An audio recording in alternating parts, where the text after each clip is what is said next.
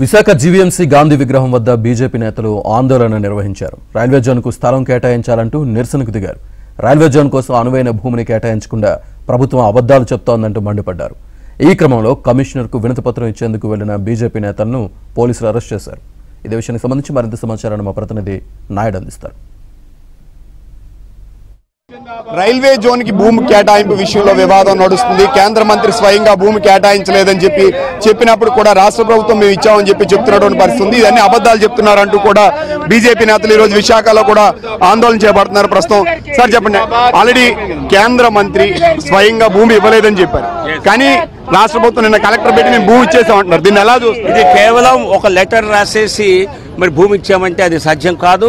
ఆ ప్రాంతంలో గతంలోనే కొంత ఆక్యుపేషన్ ఉందని, గతంలో ఈ ప్రాంతాన్ని సూచించినప్పుడు రైల్వే అధికారులు వెళ్ళి ఇది అనువైన ప్రదేశం కాదు అని అనుకోవటం జరిగింది.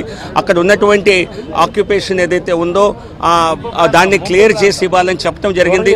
పైపెచ్చి ఇది ముంపు ప్రాంతము, అక్కడ కట్టడాలకు అంత అనువుగా లేదు అని చెప్పడం జరిగింది. సో కాబట్టి రాష్ట్ర ప్రభుత్వం వెంటనే స్పందించి రైల్వే అధికారులకు ఇది హ్యాండ్ ఓవర్ చేయాలని కోరుతున్నాం. ఇది భూమి కేటాయింపు కాదు, భూమి ఇవ్వాల్సిన అవసరం ఉంది. 20 సంవత్సరాల క్రితం రాష్ట్ర ప్రభుత్వం తన అవసరాలకు తీసుకున్న సందర్భంలో ఒక ఇమ్యూనిటీ బాండ్ ఇచ్చింది, ఇండెమ్యూనిటీ బాండ్ ఇచ్చింది.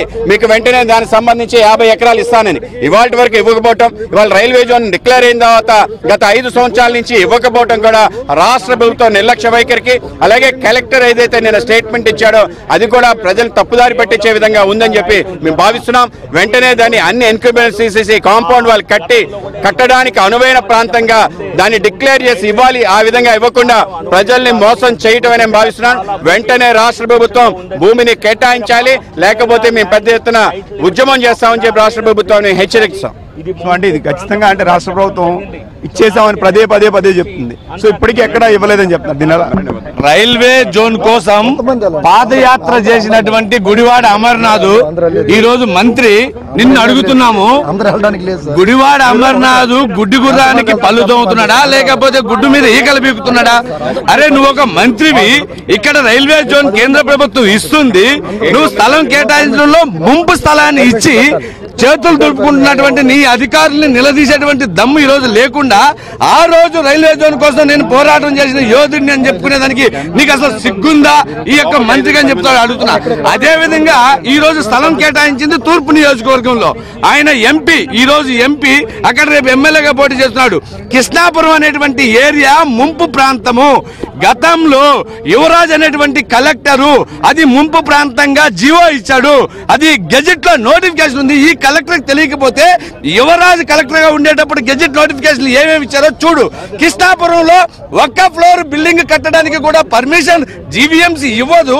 అలాంటిది బహుళ అంతస్తుల కోసం ఎలా ఇస్తుంది ఈ కమిషనరు? ఇదే కమిషనర్ నెల రోజుల క్రితం అదే కృష్ణాపురంలో ఒక అంతస్తు బిల్డింగ్ కడుతుంటే దాన్ని పగలగొట్టడానికి వచ్చాడు. మరి ఈ రోజు 120 కోట్ల రూపాయలతో నిర్మించేటువంటి రైల్వే జోన్ కి అదే ప్లేస్ లో స్థలం ఎలా ఇస్తావు కమిషనర్ గారు? ఈ యొక్క ప్రభుత్వం యొక్క అడుగులకు మడుగులు వస్తున్నారా ఈ జిల్లా కలెక్టర్ కమిషనర్ అని చెప్పి తెలియజేస్తున్నాం.